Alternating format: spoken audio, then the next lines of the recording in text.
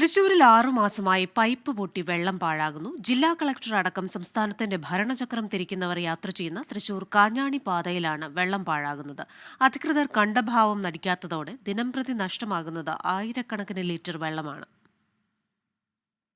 കടുത്ത വേനൽ അനുഭവപ്പെട്ട ഫെബ്രുവരി മാർച്ച് മാസങ്ങളിലടക്കം പൈപ്പ് പൊട്ടി ഓടയിലൂടെ വെള്ളം ഒഴുകിപ്പോയി. പൊതുപ്രവർത്തകരടക്കം പലതവണ പരാതി നൽകിയെങ്കിലും ഒരു നടപടിയുമുണ്ടായില്ല. PWD റോഡായതിനാൽ പ്രത്യേക അനുമതി വാങ്ങണമെന്നും അതുകൊണ്ടാണ് അറ്റകുറ്റപ്പണികൾ വൈകുന്നതെന്നുമാണ് വിശദീകരണം. ജനുവരി ഫെബ്രുവരി മാസത്തിലൊക്കെ നല്ല വേനലുള്ള സമയമാണല്ലോ.